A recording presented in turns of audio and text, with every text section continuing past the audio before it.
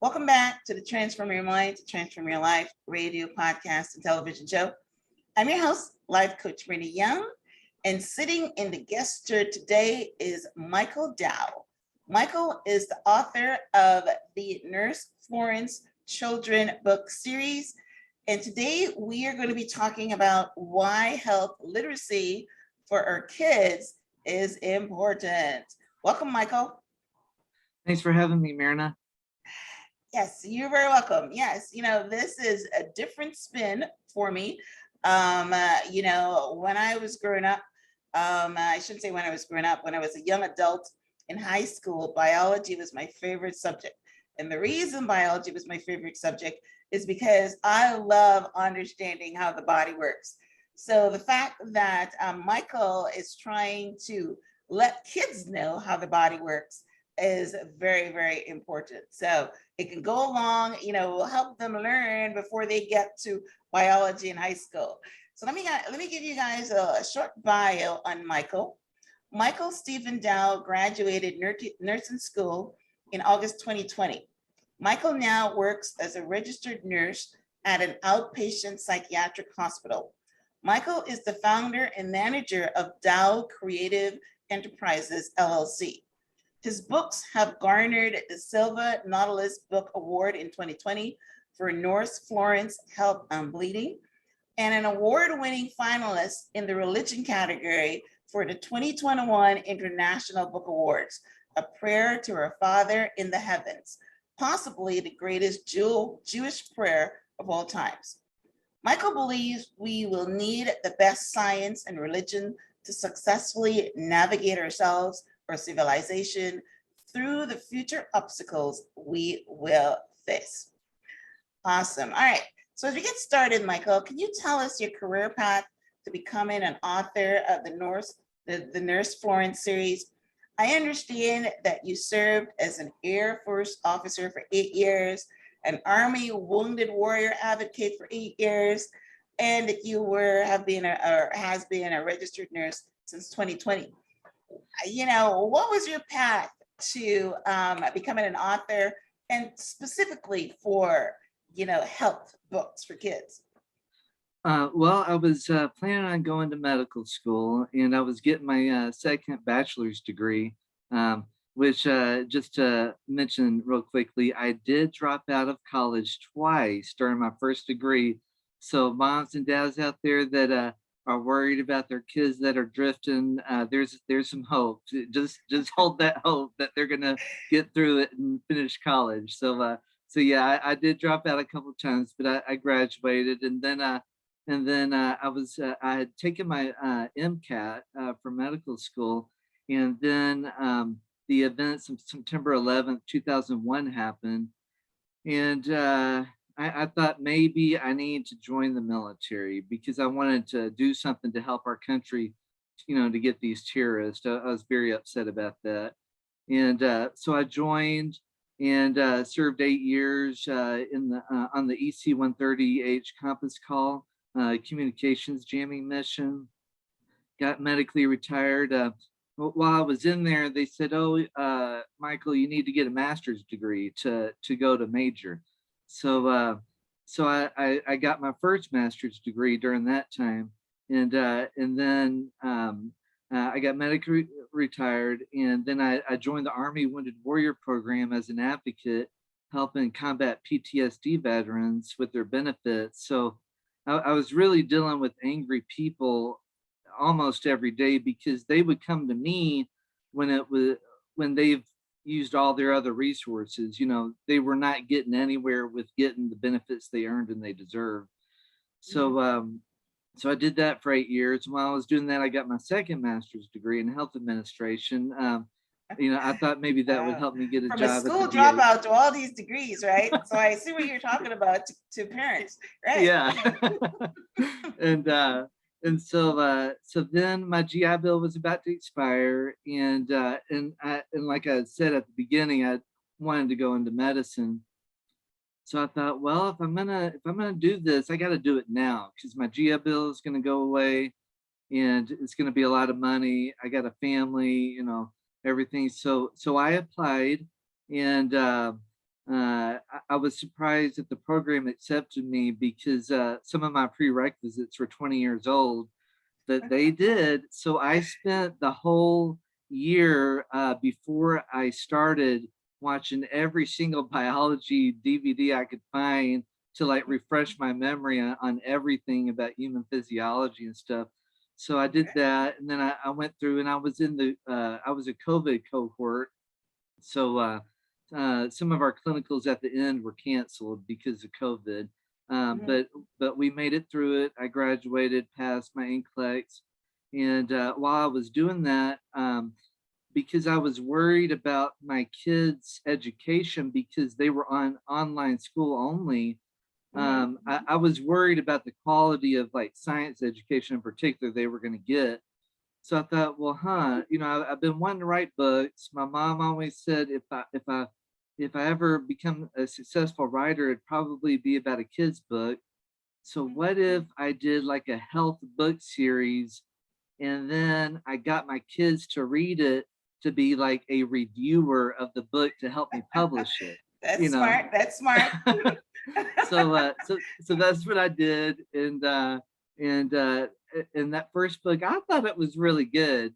So I submitted it for some book awards, and we got the Silver Nautilus Book Award, and their slogan is "Better books for a better world." So Mhm. that really inspired me to just keep writing. So I did, and we've gotten 3 other awards for 2 other books so far, and we're counting. We hope to get many every year. And I recruited a team of illustrators, and now we've done 25 books. And again, I'm using my kind of ulterior motive to educate my own children. They are in the review process, and they do get editor money, especially when they find that one misspelled word that's in there. So, but Yeah. so And yeah, how this old has are been your a great. kids? Oh, I'm sorry. What? How old are your kids? Well, I have a 15-year-old autistic child. Mhm. He's not really reading the books with us, but and then I have a 12-year-old and a 9-year-old, and Okay. All right. so So what age range are you targeting with these books? I think it's between ages 7 and 12. Okay. Um, but we've already got some feedback that some parents have read the book to like 4 and 5-year-olds, Hmm. and because there's pictures on every other page. Hmm.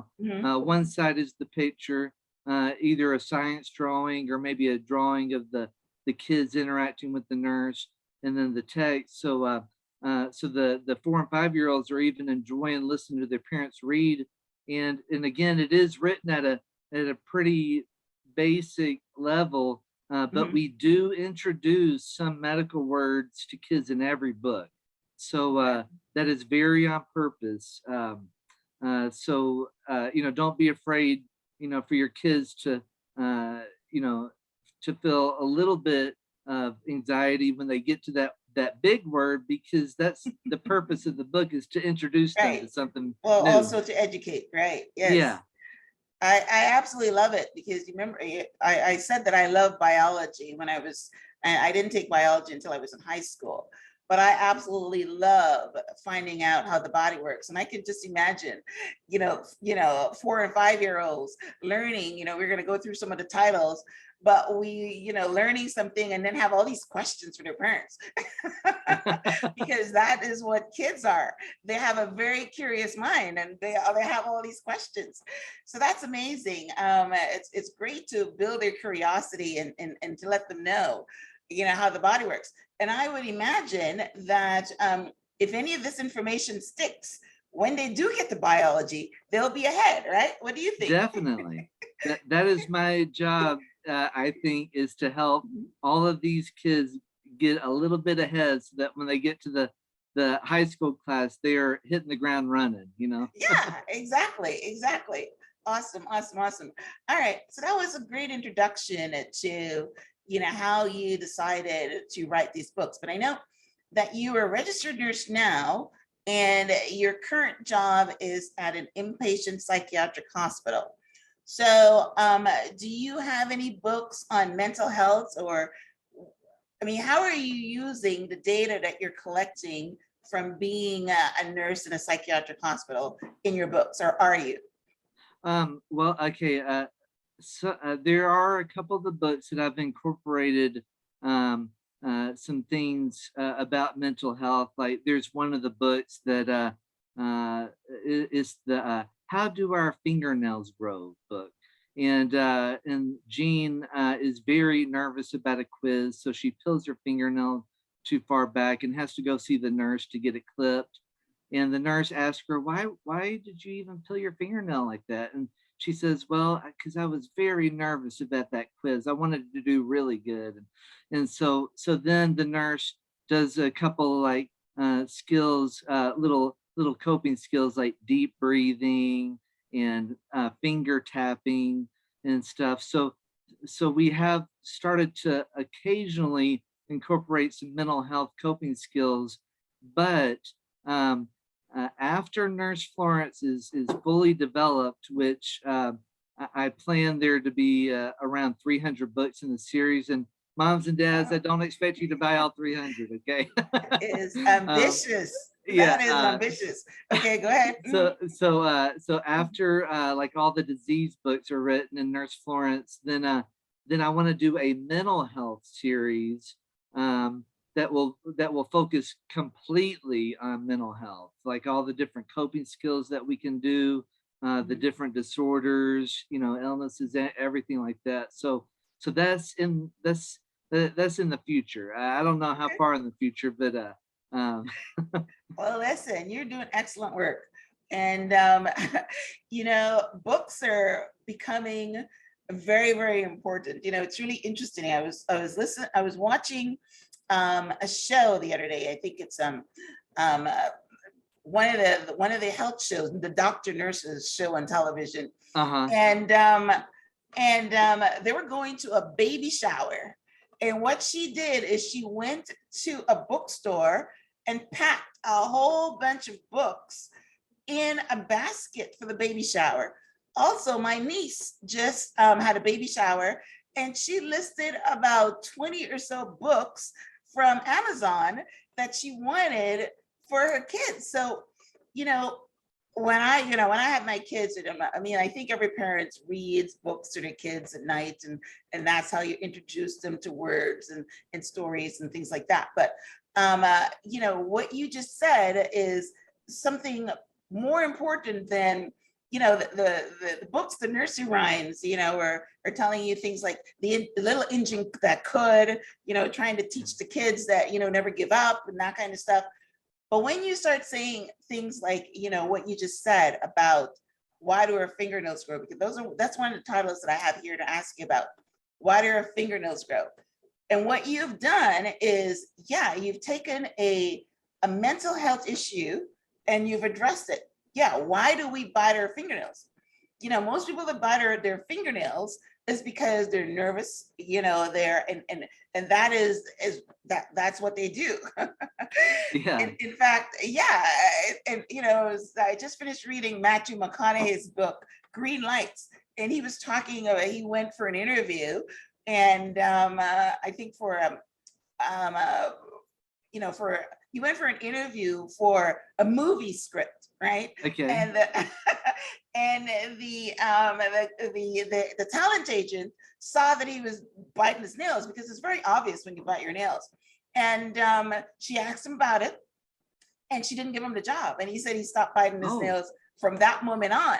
Oh, but wow. So if you were, the way you integrated that makes them very aware. Because one, if you have a kid that's biting their nails, it might look terrible, but they don't actually make the connection that it's something nervous and or whatever. So Yeah, that was a beautiful way of introducing mental health. So yeah. definitely continue with that, and do some Okay. more of the other things that people do. You can even get into cutting and all the things that the kids do. Yeah. Yeah, self-harm. Yeah.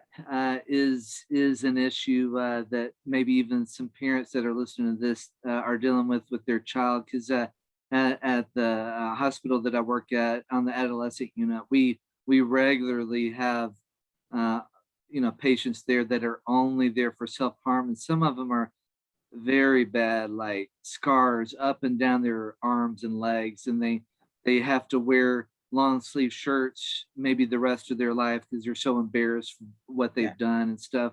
But there is a book that I found called Freedom from Self-Harm. And it's so good that I bought extra copies of it. I found used copies on Amazon, and I give them to those adolescent kids that have that real self-harm issue. And Hmm. every single kid that I've given that to have basically said it was life changing, because Yeah. the authors of this book found a way to to let the child know that they understand where they're coming from and why they're doing it, and Hmm. what they can do to help overcome those urges. So Hmm. again, if you have a child that's dealing with self-harm and cutting behaviors, then the book's called Freedom from Self-Harm. I don't remember the author right now, but you can definitely find it on Amazon. Well, I'll link out to it in the show notes. So that's pretty good. I thought of, the reason I brought it up, because you're right. It's one of the things that the kids do. And, even Willow Smith, which is Will Smith's daughter, was talking about how she was cutting herself. And I read when you watch these shows, you're seeing the kids are self-harm, cutting themselves and doing things like that. And I thought that, if you're going to be, moving into mental health, that would be a perfect topic. So you see, Yeah. you've already addressed it, not in your books, but trying to help the kids that you come into contact with. All right, so that's awesome. Now, our topic is talking about health literacy for kids. So you felt that our country is deficient in this. So talk to us about our country's health literacy, whether it's for Okay. kids or whether it's for adults. Do people know what's going on with their bodies? Okay. I'd like to read some things from healthypeople.gov so that we're all on the same page. The Department of Health and Human Services defines health literacy as the degree to which individuals have the capacity to obtain, process, and understand basic health information needed to make appropriate health decisions.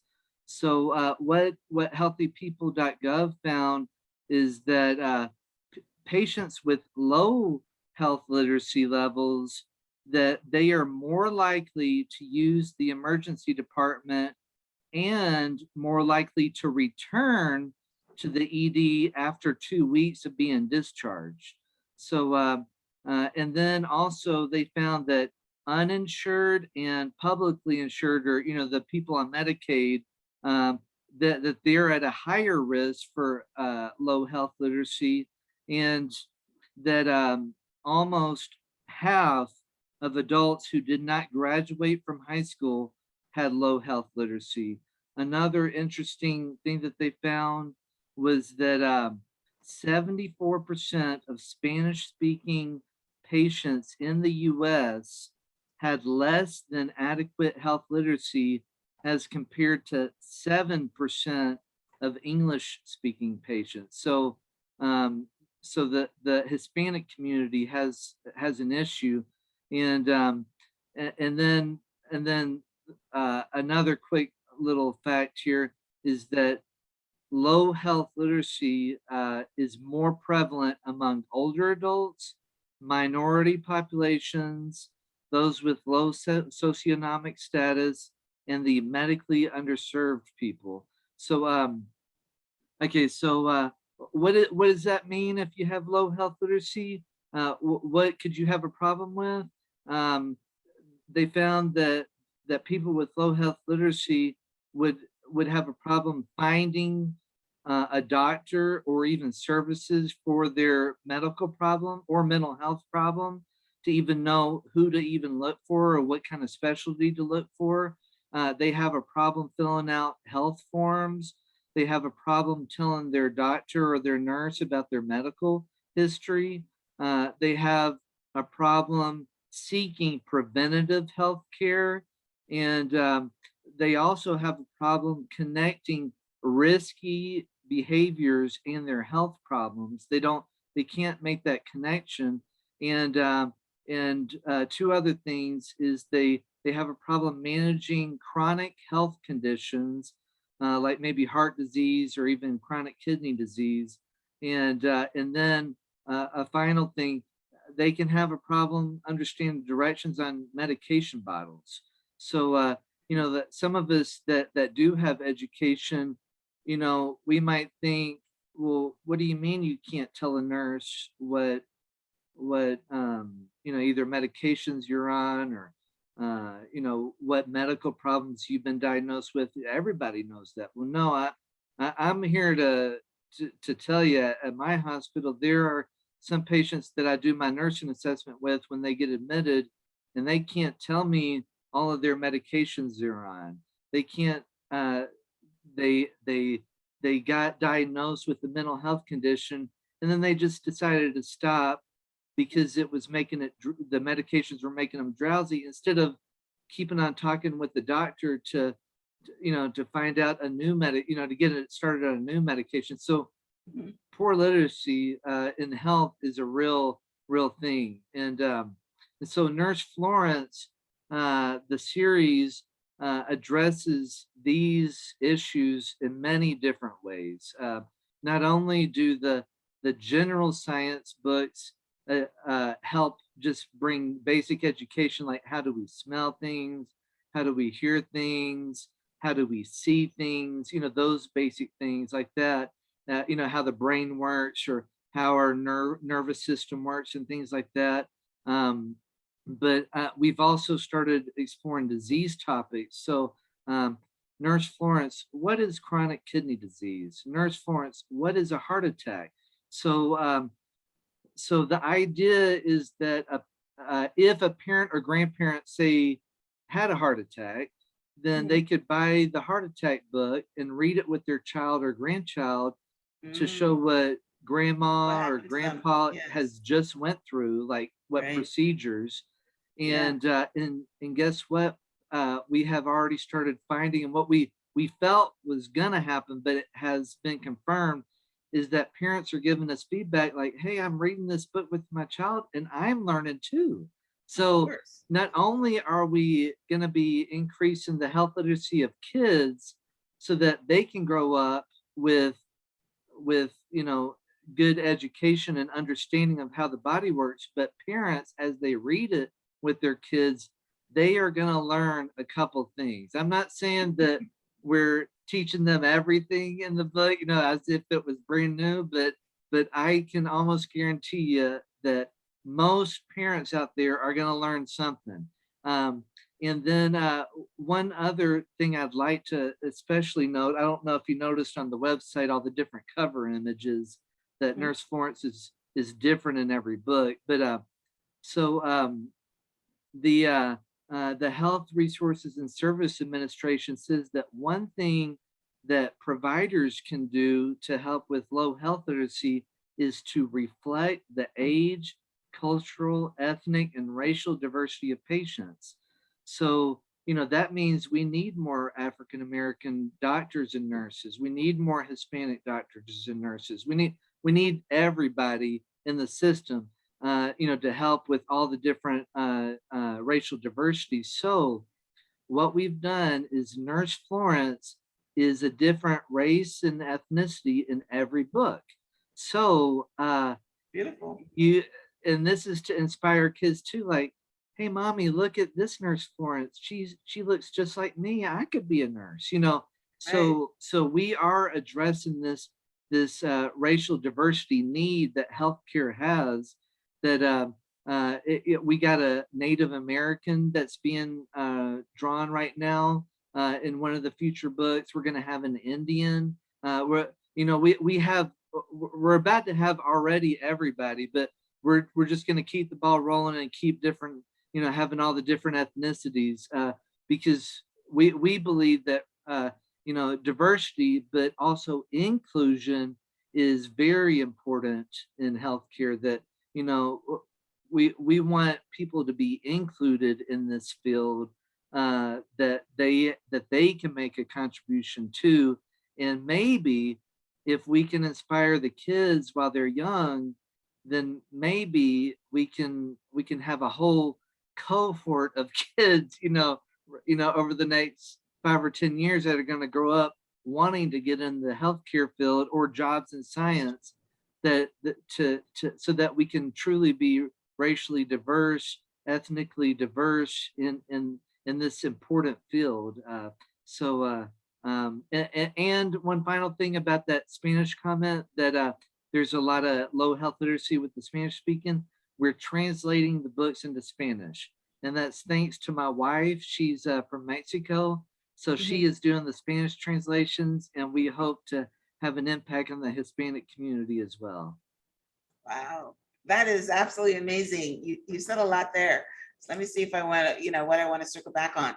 So yeah, it's really interesting that, we're talking about health literacy for, not a third world country, because, when you go into the backwoods of Africa, and when you go into maybe Guatemala or some of those places, or even Mexico, that are, people don't really get health care, and, they're, in the country, whatever, they don't understand it. And they get a pain, and they just ignore it, kind of thing, because there's no doctors, right? But it's, for you to say that in America, where every city has a hospital, everybody has access, should have access to healthcare, but then they don't, right? Because of all, the stuff. But you mentioned Medicaid, and then there's Medicaid and all that. But I understand what you're saying about health literacy. People doesn't know what to look for in a stroke, or a heart attack, or when the heart attack is there, then of course then there's calling 911. But a heart attack and a stroke and all those things give you signs and symptoms before they happen, and people don't know what to look for, or what to expect, or preventative care. So it's a beautiful thing about the books. And you were talking about the parents are going to learn. I will tell you that I will learn because how the body works, and the little nuances of basically how it works. And we forget that. We might learn it in biology in school.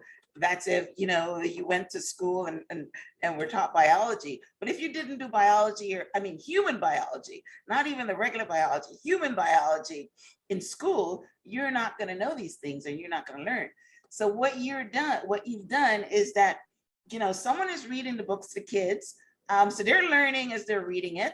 And like you said, if you make Nurse Florence a hero, or somebody to aspire to, like a fireman, then the kids are going to I want to be a nurse when I grew up.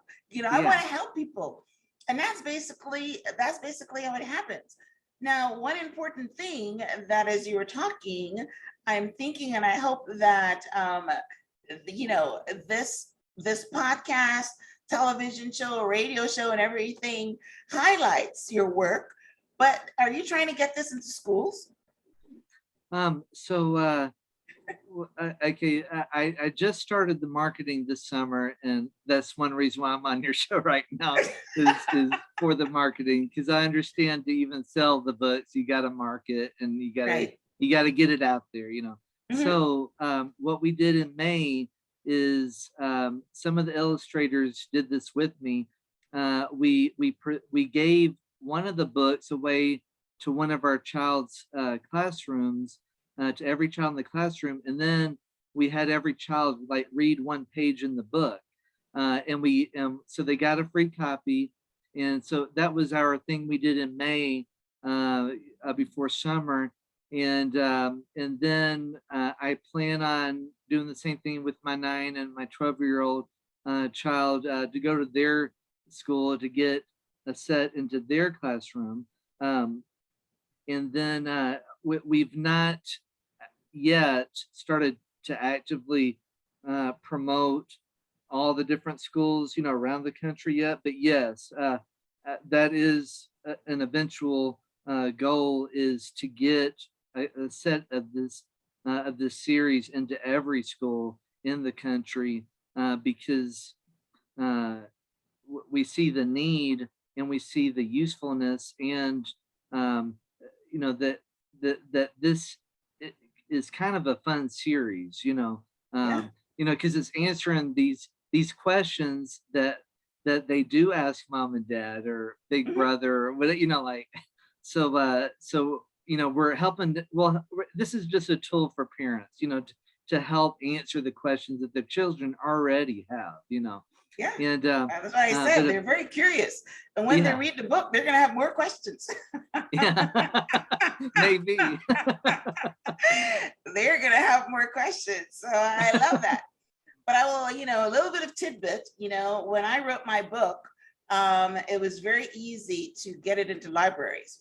So all you have to Okay. do is give it to them for free and they'll put it in libraries. And I will tell you that during summer months, and when I go to the library, parents are, they're leaving with 20 books for their kids. So you get in the library, maybe some parent will go and advocate for their schools. And yeah, it's very easy to get in the library. So you should start there.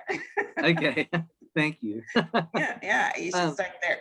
what we did about like partnerships, like with libraries that you're talking about, we were reached out to by a children's hospital in Ohio.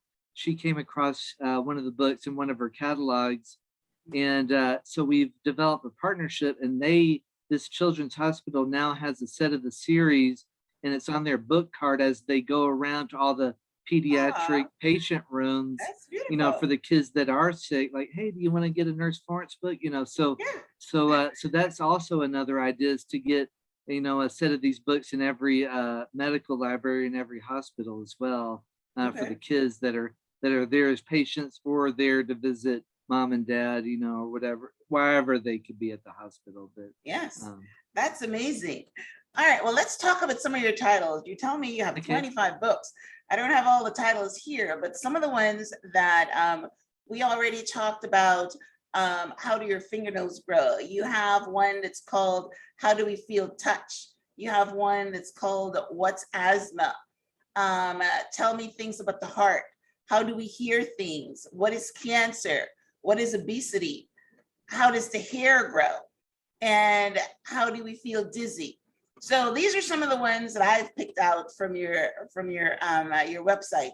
But maybe you might want to talk about. I know we talked about the Nurse Florence, and we talked about how do fingernails grow. But what are some of the other titles that you want to highlight in this conversation? well, another one that we did, that's kind of interesting, is Nurse Florence, can I get Lyme disease from a tick bite? So that was actually at the suggestion of one of the illustrators, and because Lyme disease, that a bacterial infection from a tick bite, is a real thing that that people, with trees and go out in nature and stuff like that, really have to deal with. So one thing that's neat is, in the book we have a very clear drawing picture of how to remove the tick with tweezers, the wrong and the right way. So again, back to like educating parents. Not only are kids going to get educated, but if the parents read this book with their child, they're going to see like the proper technique of how to remove a tick. So that, I So thought that that's kind of can neat. you get Lyme disease from a tick? Yeah, yeah, Okay, all right. yeah. Lyme Mhm. disease is from a bacterial infection that the Okay. ticks carry, that some ticks carry, and there's signs and symptoms if you do get that, if you do get that infection, and so we talk about that too. Well, I know that it's a pretty dangerous disease, and I've had actually two guests on my show that had Lyme disease and were totally, not functional. So it's a very dangerous disease. So I never asked them how they got it, but it's interesting that you can just get it from a tick. So, Yeah, all right, that is like the main way to get it. okay. And the 25th book we did is really neat, and I hope will become a annual bestseller. Is Nurse Florence, what are some summer safety tips? So that one, some of my books are inspired completely from my kids. So my 9-year-old daughter, uh, I was getting ready to do the draft, to do the outline for the next book. I said, Mia, what do you want the next book to be about? I'll let you decide. And she said, Daddy, what are some summer safety tips?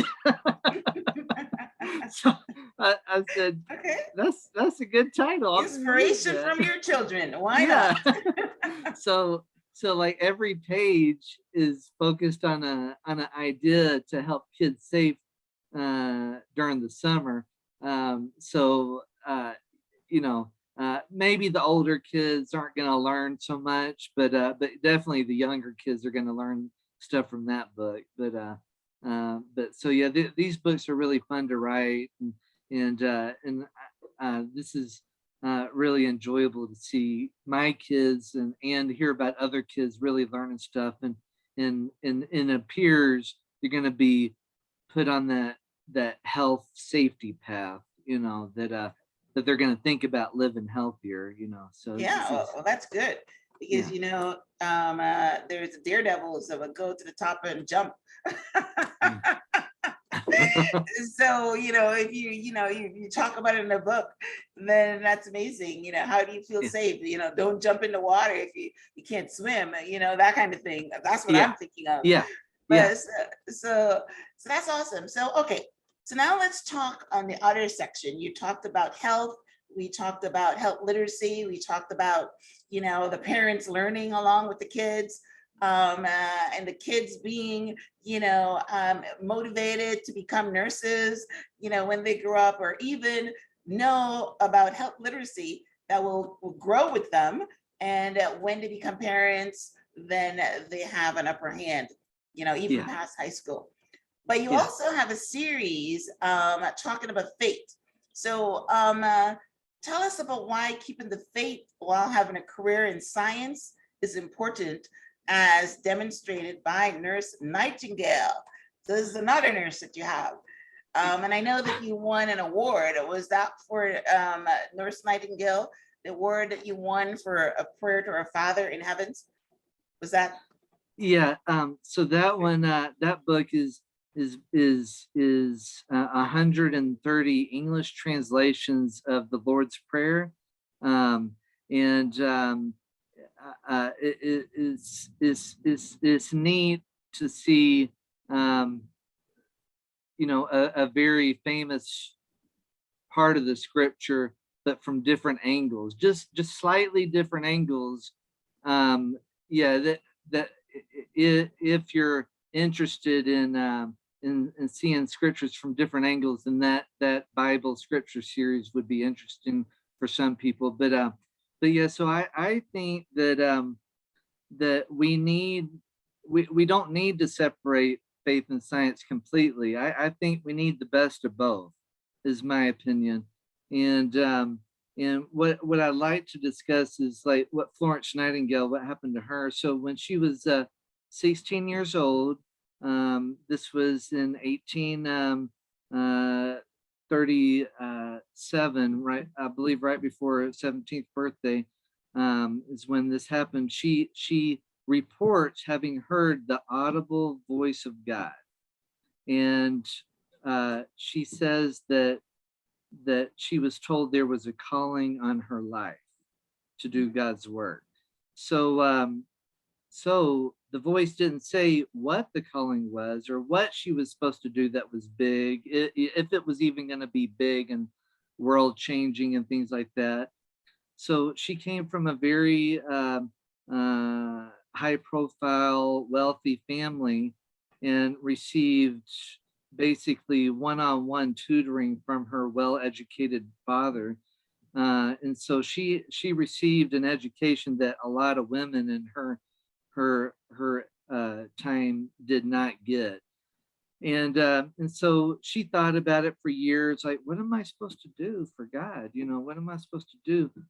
And which is kind of a, sometimes we feel like maybe we're supposed to do something for God, but we don't know exactly what it is. But if you just keep moving and you just keep following your passion, then, sometimes you'll just kind of step right into your destiny, kind of a thing. So that's what happened to her. She kept on wondering what she's supposed to do.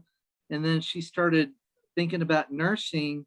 And at that time, nursing was a career that was not a career, that was, there was no education or training at all, basically, for nurses. And uh, and at that time in England, nurses, if you were a nurse, you were considered like the low of society, that you were a nurse. And so she started researching it, and she somehow convinced her dad to pay for her to go. I believe it was to Germany, to get some nursing training and education at a hospital there. And so her family was very much against her being a nurse, because again, nurses were like the low of the low, of women at that time. And she was one of the high class women of her time. And so she just kept on. She kept on learning everything she could about nursing, and then she went to the war in Crimea, and she brought some nurses with her, and she became very famous of her time there. She just went around. No one told her she had to go visit the patients, but she went around regularly all day long. She worked 18, 20-hour days for months and months, really exhausted herself. But her compassion, her kindness, was shown by her persistence and her devotion to these soldiers, that all of these soldiers, thousands of soldiers, would write home like, there's this lady with the lamp and she's amazing, and she really cares for us. And so she she came back, and this is a little bit of a sad part of her story. She found out that maybe some of the things she didn't help save many lives in that war in Crimea, in that hospital, because at that time, sanitation and all the other health things that we take for granted now of being clean was not like a thing back then. And so like the drinking water was polluted, and like she really got down on herself, that she should have done more to help the water be more clean to drink back then. There were other things, but she went through a little depression because of that. So sometimes following your path, in God, you might go through a depression. It doesn't mean you're on the wrong path. It just, sometimes that's just what happens. So her dad encouraged her to keep moving forward, and then money was raised, and a couple of years after that, and when she was 40 years old, she opened up the first nursing school in England ever, the first nursing school. And so then she spent the rest of her life advocating for proper hospital administration, how to have proper environments for patients, nursing education all around the world. And there's countries that have stamps of her because of what she did in their country. Like she's I think I've heard of her before. Yeah, she's a world changer. Right. But so Okay. yeah, but she kept her faith all those years, and even though she did go through some dark times and stuff, so and she never knew 100% that nursing was supposed to be, her calling, but she walked into her calling. So how do you use that story in your Nurse Florence Nightingale books? Do you have books on uh, faith and stuff? I have not integrated that yet. Okay. But I another after I do the mental health nursing series, I'd like to do Mhm. like a series of the nursing greats, in history and stuff. And so, of course, my Florence Nightingale book, which there's already many books. Mhm. So I mean, I guess I'll do one too, to add to the collection. I All mean, right. there's probably 100 books about her, but so Okay. yeah, that's when I'll bring up maybe some parts of her life that others have left out. But That's great. Well, you're definitely a visionary. You're talking about things that's in the works. I love yeah. it. So anybody that's listening can see the today and then the after where you're going with that. And hopefully, they would band around you and support you and help you to reach your goals. And your goal is health literacy for kids, parents, grandparents. So the whole bunch. Awesome. All Yeah. right. So this has been a great conversation, Michael. So now tell our listeners how they can connect with you and get a copy of your books. Okay. So you can go to www.nurseflorence.org. That's our main website, and it has a link right there to many different things. One is a link right to the printer, so that you can buy it directly from them. But you can also find the books on Amazon. You might have to search like Nurse Florence, Michael Dow, to get to those books easily, because there's so many books on Nurse Florence that and that this is such a new series, the books are not at the top of the list at all. So Mhm. might be a little bit harder. That's why if you go to the nurseflorence.org website, you'll get to a link directly to get it directly from the printer. But on that website too, there's also links to the award programs that we've won the 4 awards for the 3 books, so that you can see for yourself on their websites of what we've won. And also, I'd like to mention that um, next month we're going to start a contest, an essay contest for kids. That it'll be about why, if they get a free set of the Nurse Florence series, why that will help them in science and school, and help with their character, help with to live a healthier life. And the grand prize winner will get a free set of the hardcover books of every book that we published so far. Wow. And then there will be runner-ups that will get like a couple of books mailed to them too. But so if you go to the website, definitely by the end of September of 2022, then we're gonna have that posted, and you'll be able to do that submission, so that your child can get reviewed and hopefully win, right? So that should be a lot of fun. Good work. Good work, Michael. Good work. Impressive. Right. So you're thinking of ways to get everybody involved, and essay writing is very good, to build skills. And what do they get? They get hardcover books in their library. Yes, that's beautiful. All right. Are you on social media at all? Not really. I'm sorry. Okay. I'm kind of slow to that, but we will eventually. So keep checking the website, nurseflorence.org. Yes. All right. Well, it has been an interesting conversation. I love it. I love what you're doing. I love your work.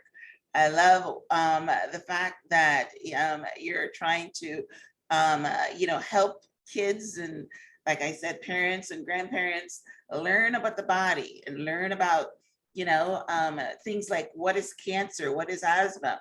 You said you have an autistic child. Maybe you should. Do you have a book on that? Well, that will be in about I think it'll be it's on our list. Okay. I think it's going to be our book number 40 or something like that. It's Okay. on our All right. list. Okay. But yeah, it's coming. Yeah, yeah, yeah. 'Cause that's an important one. Okay. All right, Michael. Well, listen, thank you so much for coming on the Transform Your Mind to Transform Your Life show. this was a great conversation in, transforming our health literacy, from, teach the babies, and then they grow up learning about their bodies and becoming more healthy. Because if you know how it works, then you're obviously going to do better than if you just don't know how it works. So that's amazing. So I thank you guys for tuning in to this week's episode of the Transform Your Mind to Transform Your Life, or Transform Your Mind to Transform Your Health, as this conversation was about. Michael, I congratulate you for the work that you're doing. I see great things for you. I mean, I love your goal of having over 300 books. I hope that you get into the schools. I hope that you get into the libraries. And I hope that this becomes a thing, and you're doing the right thing by creating awareness, because that's the first step in marketing, is creating awareness. So I hope that you listeners will go out and support him, because there can be nothing wrong with learning. There's, learning about health. It's very, very important. So any last words, Michael, before we wrap up? Well, I would like to just mention one famous quote of Florence Nightingale that to leave everybody here with. Let's see here. Were there none who were discontented with what they have, the world would never reach anything better. So, we can all do our little part in the world to make the world a little better. And you're kind of not going to do that unless you're discontented with something. So instead of becoming bitter about something that you're discontented with, just hold that hope that maybe you can do something to change it, to make it better. So that's amazing. Yes, yes, yes, yes, yes.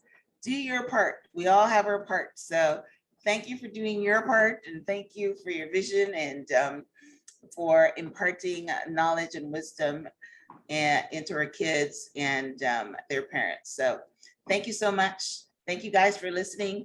A transcript of my conversation with Michael will be on the show page, which is blog.myhelps.us, with also links to his webpage, and also the book that he mentioned earlier about self-harm.